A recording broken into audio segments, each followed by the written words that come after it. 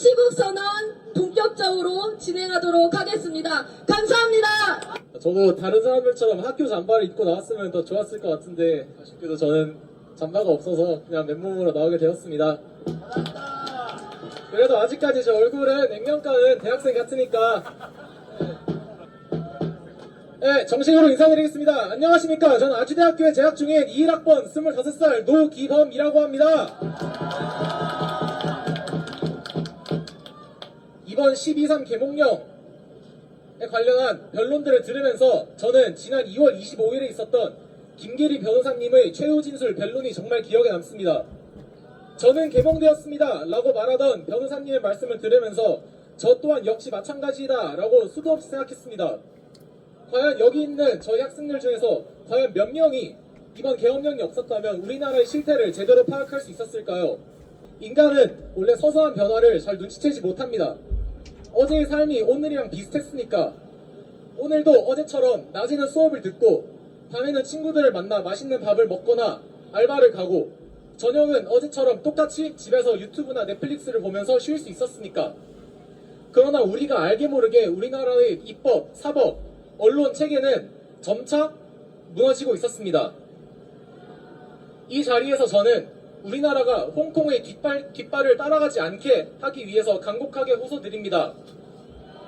제가 과거에 본 글이 생각이 납니다.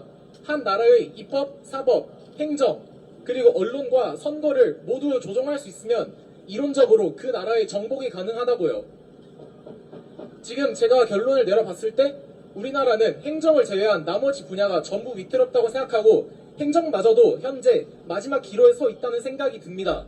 이번 헌법재판소에서 변론을 들으면서 저는 신원식 국가안보실장님의 발언으로부터 하이브리드 전쟁에 대해서 배우게 되었습니다. 총이나 포를 쏴야만 전쟁이라고 생각했던 저는 사실은 그게 아니었고 요즘은 정치적으로 나라를 무너뜨릴 수도 있다. 우리나라는 사실상 지금 중국과 전시상태나 다름없다 라는 것을 깨닫게 되었습니다. 당장 입법부만 봐도 그렇습니다. 윤석열 예산을 전부 삭감하고 문재인, 이재명 예산을 대폭 증원하고 우리나라의 국가기관들, 장관, 검사, 또 감사원장 직책을 가리지 않는 29번의 줄탄핵, 최근 들어서는 적법한 구속 취소 절차를 두고도 문제를 삼기도 하고 대통령 권한 대행의 고유 권한인 재판관 임명 문제를 다투면서 30번째 그리고 31번째 탄핵을 도마 위에 올려두고 있습니다. 고로 제가 여러분들께 여쭤보겠습니다. 진정한 내란을 일으키는 사람들은 과연 누구입니까? 헌법도 마찬가지입니다. 저는 더 이상 우리 법 연구의 판사들이 한 나라의 대통령의 운명을 결정짓는 것을 볼 수 없습니다. 가족, 측근들이 탄핵 찬성 조직에서 활동하고 있는 정계선, 이미선 재판관, 그리고 본인이 우리법 연구회에서조차 가장 좌편향되어 있다고 스스로 주장할 수 있는 문영배 재판관, 이 세 사람들에게 어떻게 제가 한 나라의 대통령의 운명을 맡기는 꼴을 두고 볼 수 있을까 싶습니다. 맞습니다. 선거도 마찬가지입니다.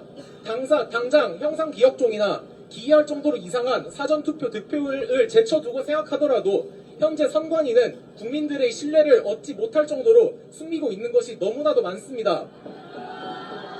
이번에 드러난 자녀들의 부정채용 의혹에 대해서 선관위는 그저께 특혜 채용된 자녀 직원들의 휴가나 승진 실태를 보고하는 것조차 거부했습니다. 해체요. 이렇게까지 숨기는 게 많은 선관위를 무엇을 믿고 어떻게 제가 저의 소중한 한 표를 던질 수 있을까 싶습니다. 다음은 가장 큰 문제라고 생각하는 언론입니다. 언론은 이제까지 국민들의 눈과 귀를 가리면서 비겁하게 자기들이 보여주고 싶은 것만 보여주고 숨기고 싶은 것들은 철저하게 숨겨왔습니다. 맞습니다. 당장 국군 열병식은 신랄하게 비판하면서 북한 김정은 열병식은 칭찬하는 모 방송사, 그리고 탄핵 반대 집회 앞에서 마치 탄핵 찬성 집회인 것처럼 기자가 인터뷰를 하고, 그리고 심지어 3.1절 집회 때 저는 정말 깜짝 놀랐습니다. 광화문에 구름처럼 운집해 있는 사람들의 사진을 보여준 이후에 마치 그 자리에서 연설하고 있는 사람의 영상 오른쪽 하단 구석에는 이재명 대표의 연설 영상을 띄워주고, 사람이 조금밖에 오지 않은 탄핵 찬성 집회의 우측 하단에 마치 연설자가 국민의힘 의원들인 것처럼 거짓 보도를 하고 있었습니다. 어디 이뿐이겠습니까?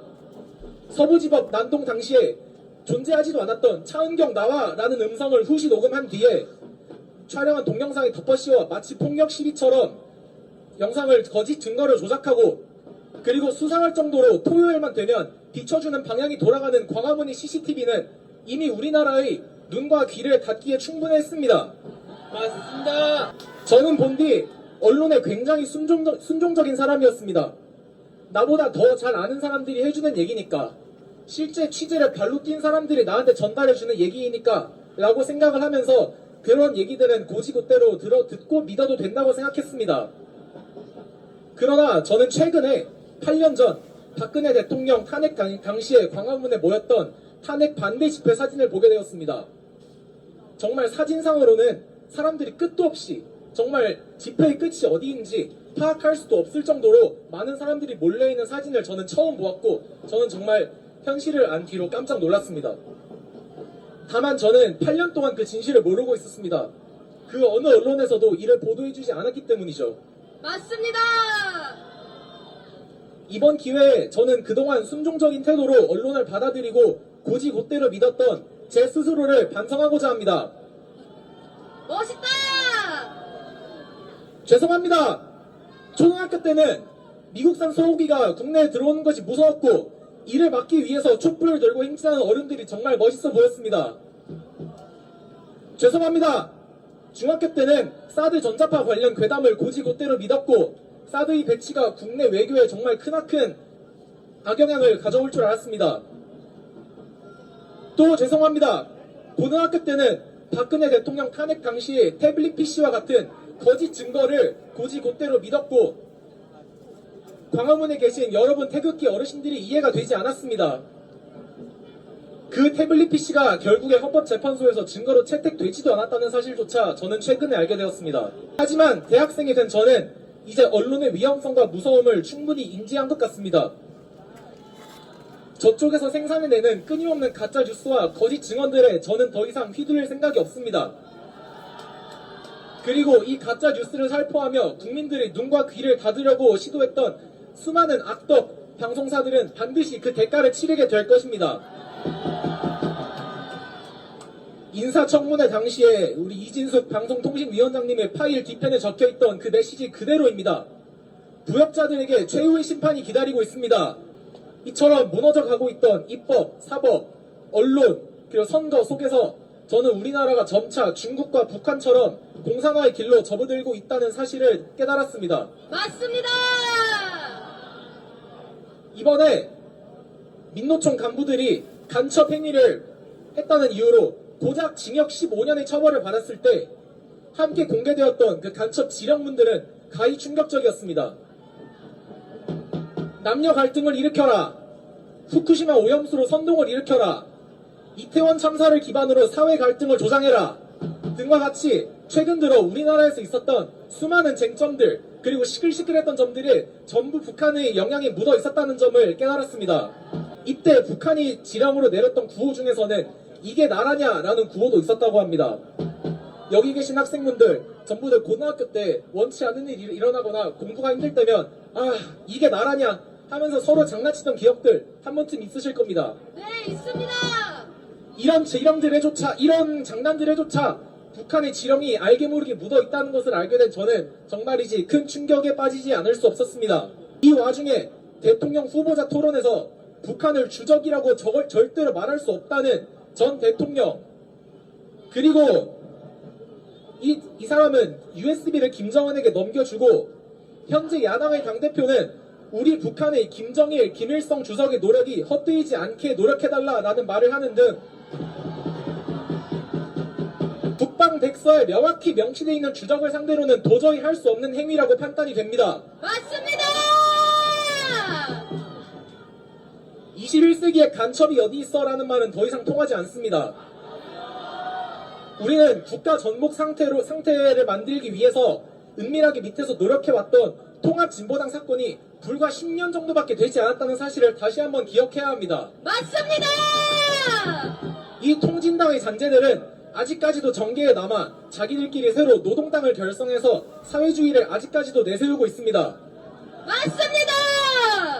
그 외에도 공식 유튜브에 김정은 관련 동영상들이 지속적으로 업로드되고 마르크스 주의를 공부하며 자유의사표현인 탄핵 반대 시국선언을 학교마다 속속들이 찾아가서 방해하는 이 대진연 집단 역시 반국가 세력으로 규정받아 그에 맞는 규탄을 받아야 할 것입니다. 맞습니다.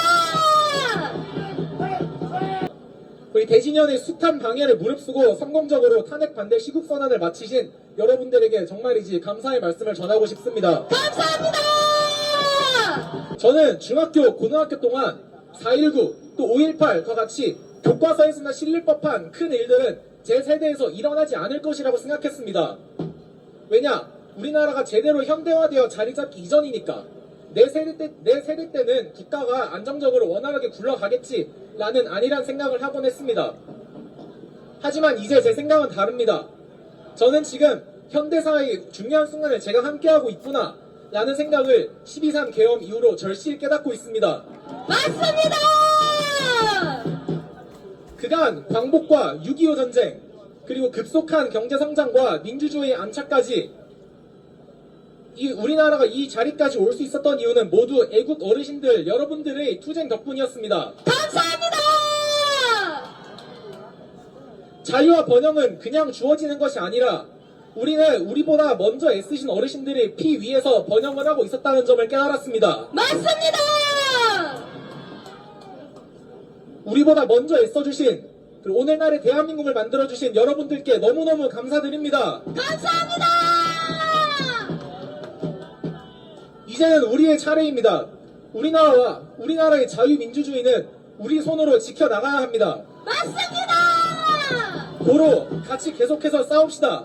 싸우자. 우리나라가 홍콩의 뒷발자국을 따라가지 않도록 그리고 우리나라가 자유민주주의를 지켜낼 수 있도록 저희 2030 청년들은 끊임없이 여러분 애국 어르신들과 함께 투쟁해 나갈 것입니다. 맞습니다. 감사합니다. 그리고 이것은 제 여권입니다. 저는 미국에서 태어난 이중 국적자입니다. 저는 저의 감사하신 부모님 덕분에 남들보다 조금 더 좋은 특권 그리고 조금 더 많은 기회를 품에 안고 태어났습니다. 그렇기에 저는 학교에서 친구들이 우리나라에 대한 불만을 품거나 불평을 할 때면 그래 고생들 해라 나는 미국 가서 살면 그만이다 라며 장난삼아 얘기하기도 했습니다.